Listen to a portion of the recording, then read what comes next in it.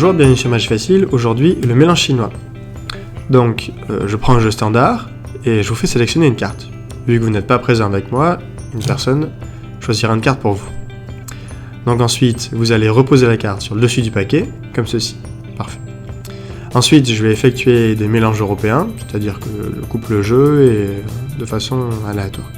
Ensuite, j'effectue quelques coupes. Et là, donc, je vais faire le mélange chinois. C'est un mélange qui consiste en fait à mélanger le jeu parfaitement aléatoirement. Donc je mélange les cartes les unes par rapport aux autres pour mettre une belle pagaille. Donc je mélange la totalité du jeu pour que ce soit plus compliqué.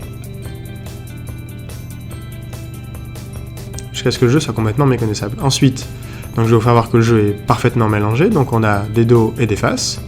On a des dos et des dos.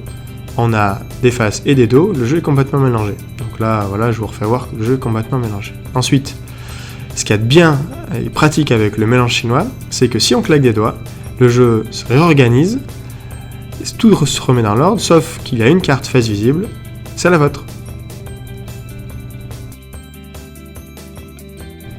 Pour l'explication du mélange chinois, vous prenez un jeu simple, pas préparé, donc vous pouvez le mélanger au début du tour et le faire mélanger par votre auditoire sans aucun souci. Ensuite, vous faites sélectionner une carte au spectateur, donc imaginons que nous prenions celle-ci. Après, vous venez faire poser la carte au spectateur sur le dessus du paquet, et donc quand il pose la carte sur le dessus du paquet, vous faites attention de faire un break, c'est-à-dire que vous levez la carte avec votre petit doigt. Ce qui fait que quand vous allez venir prendre la carte avec votre autre main, vous levez la carte avec votre pouce un peu plus, et vous laissez tomber le reste du paquet que vous venez placer par-dessus. Donc en prenant soin de prendre la carte sélectionnée par le spectateur avec. Après vous laissez tomber le reste du paquet que vous venez replacer sur le dessus. Donc là la carte sélectionnée est dessous le paquet. Donc si on refait, donc là le spectateur vient poser sa carte sur le dessus du paquet, vous levez la carte avec votre petit doigt, que vous venez de nouveau lever avec votre pouce. Vous prenez les cartes en dessous du paquet que vous venez placer par-dessus en prenant soin de prendre la carte sélectionnée, vous laissez tomber le reste, et vous venez de nouveau le placer sur le dessus. Ce qui fait que la carte sélectionnée est en dessous du paquet. Ensuite, vous faites quelques coupes, en prenant soin de ne pas mélanger celle qui est en dessous.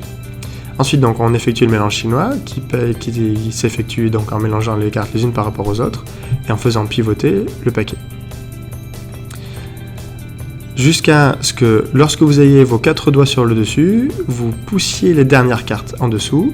La carte, donc la dernière, vous la gardez en main, vous pivotez votre main et vous venez glisser donc la dernière carte sélectionnée par le spectateur sur le dessus du paquet.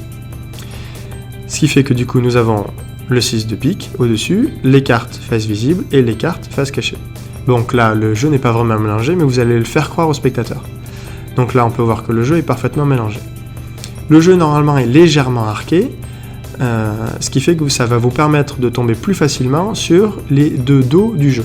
S'il n'est pas arqué, vous faites voir au spectateur les cartes jusqu'à ce que vous tombiez sur les deux dos du jeu.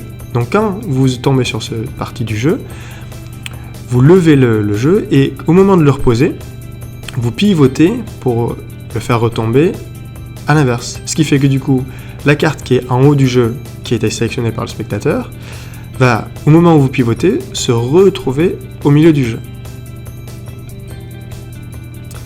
Après donc le tour est fini, puisque lorsque vous étendez, il y a une seule carte qui est face visible, c'est le 6 de pique, sélectionné par le spectateur.